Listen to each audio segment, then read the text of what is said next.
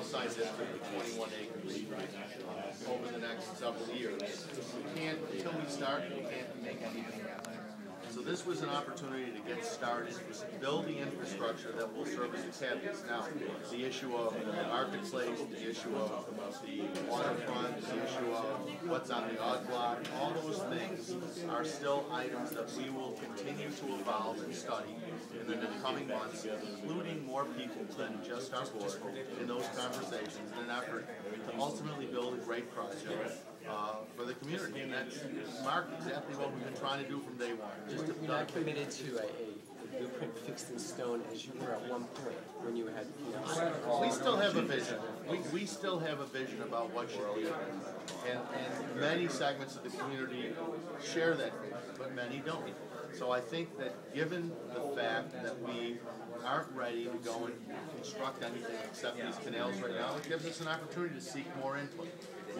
Could that mean that we modify, change, or alter things? Of course it could. But right now we have a plan. We're going forward with it. We're going to build this extraordinary site that I think will be a major catalyst for development by the private sector in the next couple of years. That's what this is about. Do you have a rough idea of how many square feet you're talking about in terms of build out for office, retail, whatever? Well, the whole project, Jim, is $1.1 million if the whole thing was built to our vision. Of course, that included a major retail component presence, which, as I said today, I don't think any longer is part of the landscape. So, I would hope that when we're all said and done, and whenever that is, but if 4 or 5 years from now, if we have a 500,000 square feet of construction on the west side of Main Street, I'll be very pleased. I think the east side of Main Street, which is the Webster and Donovan block, those by themselves are 500,000 square feet, and I'm hoping that we'll have good news to announce about that stuff in the next several months. Which is my next question. Are you leaving the Webster block alone, or what may be happening? We have always been leaving the Webster block alone. We've always thought that when we built out Canal site, it would be the most valuable site for a potential development, and we've always planned to leave that available for somebody to come in and do something special, and we're hoping that will be the case. Including HSBC. It could include M&T. I don't know who's going to be there, but it's available for a developer to come in. And when we put this infrastructure in, when we get these plans started, we think it's going to serve as a catalyst for lots of people being interested in being part of this water. Don't you at one point have to just build some things, like just put up a building with some residential and some open space on the first floor that's for lease, just to get people interested?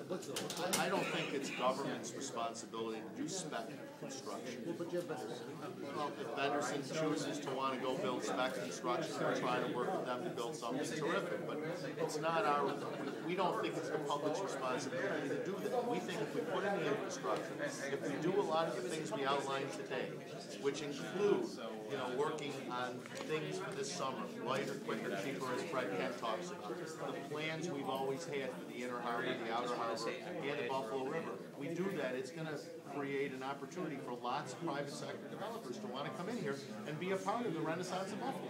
The bids that you had came into town earlier this summer from the 3 companies. Are you going to have to rebid those, or are you going to use what was I guess I will announce today that we will be rebidding the project. Jordan, when you keep saying infrastructure, what specifically do you mean by infrastructure? The canals. Just canals, the towpaths, which are also the waterways, the lighting, the utilities, all of the things that will relate to this project that will create that infrastructure where people can come down, enjoy the water, enjoy the canals, the necessary components so that then construction of private sector development can take place on the waterfront all the way to Main Street. Well, I mean, water, sewer, electric, all of this stuff. I mean, if you're going to build a Benderson building, they need water and sewer. Well, that already exists over on the other side of the street. We're going to build these canals. These canals have infrastructure with them that are primarily related to the canals in the public aspect. So it's the walkways, it's the street lights, it's all kinds of lighting, safety, security, some of our outdoor fireplaces, and places where the public will be able to enjoy the water, the canal that now comes in. And what's the projected cost of that? Well, we're gonna rebid it, Mark, but I'd say that in the original bids, would I be correct, Tom, if I said those bids were about $31 million? But of course, we had so many fits and starts that we hope that will be less when we rebid it. And what are you rebidding exactly? We're rebidding what I showed today, the components that we outlined this afternoon, which is this rebuilding of the redesigned historic Erie Canal. Can you, the geography, where are they starting, where are they ending again? Well, it goes from Scott Street to Pearl Street to Main Street. From Scott Street, so the commercial slip ends. The commercial slip ends at Scott. That would be called Marine Drive. It's called Marine Drive, but it's officially, I think, Scott Street. But that's Marine Drive, so we're on the other side of that. We'll continue where the commercial slip was all the way to Main Street. Scott Street west of Pearl Street.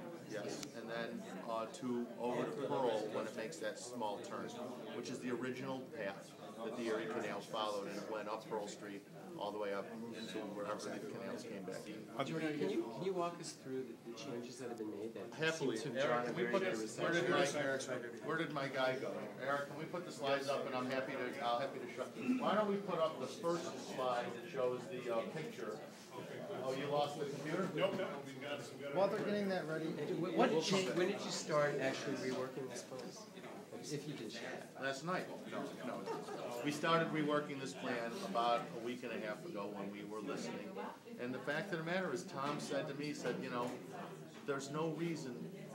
The truth of the matter is that our canal system got away from us, primarily because it was driven by our anchor tenant at the time. And they wanted modifications to the original design that Stan Exton and Larry Quinn had, which was central to this project, which was rebuilding the Erie canals. Unfortunately, they became pools, they became lakes, and they became ponds, and that's not what it was. And Tom came to me and said, why aren't we doing this historically accurate? Good question. We called Stan and we said we want him to redesign them to be historically accurate as best as we can. Now, obviously, there's issues. You know, the Hamburg drain is in the way. You can't do certain things. You've got new laws. You know, we don't know what DOT is going to say. The old walkways might have been 8 feet. They may say you got to be 12 today. We can't find some of the materials, but we're going to do as best as we can. Next slide, please. Next one. So here, one more, Eric. No, where did that one come from? Oh, this is it. Okay, so now what you have, if you go back one, Eric, if you don't mind.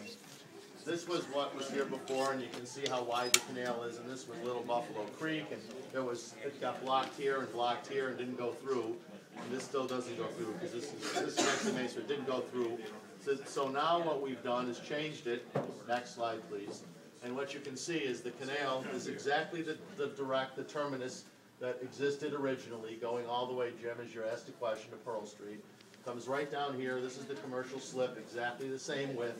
The street's in the way. We could eliminate the street, but there's reasons we don't. Number one, there's a lot of utilities. Number two, we really don't want lake water coming in here. So we want filtered water. We want to be able to freeze it in the winter. But the idea is this would continue straight through. Tim, you can see how this comes straight through. I can see that. No, it's one lake. There may be a little bit of elevation issue that we got to deal with the drain. Maybe it's a couple of feet at best. But then it will all be street level here. If you go to the next picture, Eric, if you don't mind, so I want to show this. So you can see, Tim, if you got a chance to see this, everything is done at towpath level. Okay, now this may be up a couple feet from the commercial slip because of the elevation, but everything then will be at that same level. There's nothing built up in the air, in the sky. We obviously have 9 feet of elevation that we're trying to deal with.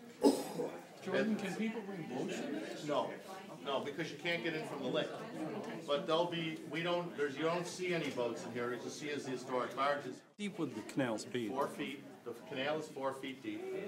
And of course, the water will be a little less than that, obviously, as it was before. 60 feet? 60 feet is, well, at one point, where it gets together, the nexus is about 70, but the canals are just because of the design, but they're basically 60 feet. Can you go back to the one before this, where you were just pointing out how it's a continuous Back one, Aaron. canal?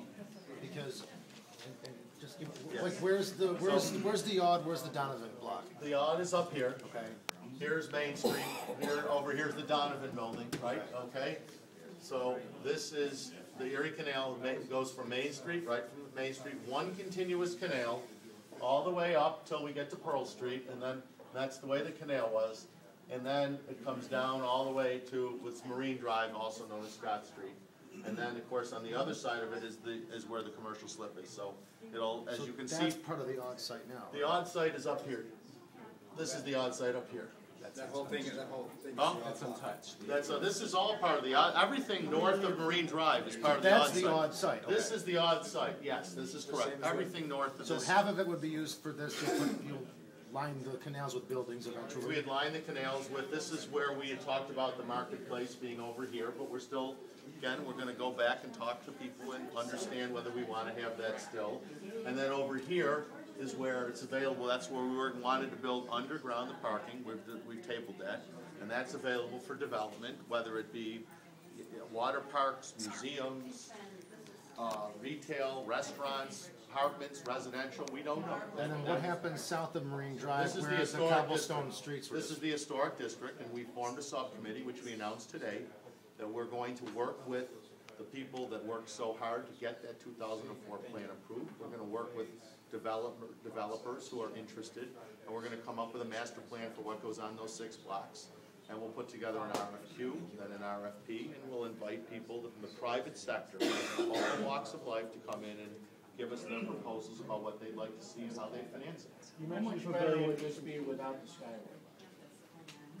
You know, I mean, how much better would it be if we didn't have winter? I don't know, you know, I mean, the Skyway is here, and I hope one day it's not. It would be our dream that it wouldn't be here, but it is, so we've got to deal with it. As we've talked about before, you know, we will probably announce later this week the formation, which we formed a while ago, of our Public Art Committee, chaired by Louis Grachos. I hope that Eric is working on that one, Louis. But we're looking at how can we turn in a liability and asset. So how can we turn that into something wonderful, you know, that we have to deal with. So, you know, we got to deal with what we have to deal with. So what was That's the just one of those issues. Was there like a eureka moment when because the public has been asking for a lot of this stuff and they've When- told us that When Tim got on his knees is when it really was that eureka moment. I knew how much it mattered to him. No, it was listening. We, you know, I mean, we, you know, sometimes you're so close to things, you don't see everything clearly as you should. And the truth is, we listened to what we were hearing, and the fact is, we wondered why weren't the canals as authentic as they could be. It was driven by evolution of a tenant, and it got away from us. And it wasn't until Tom really woke up and said, why isn't it? By listening, by going to these meetings, by having discussions with people, that we came to the conclusion we were wrong. And we could correct it, so why not? So what happens when they say it's not Hold authentic on, enough? 1 second. Go ahead. What your happens turn. when they say it's not authentic enough and you gotta blow through Marine Drive? Well, to you get the know, lake I water mean, in? I can't answer the hypothetical. I can tell you, we believe that we've got it right. It's never gonna be perfect because it can't be. Anything that isn't there that's being recreated is being recreated. That's just reality. I wish it wasn't. I wish the canals were still there and had been here all along. I wish those old buildings, those beautiful old historic buildings were there, you know, as they are in other parts of the country, but they're not. So we're gonna rebuild something. We think we've rebuilt something that is workable, that delivers the solution that 99.5% of the public is gonna say this is fantastic. There's gonna be some that, you know, that may feel like we could have done a little better. And, you know, I can't answer everybody. Our responsibility as an organization is to the general populace, not to everyone that has a different point of view. But we're trying to listen.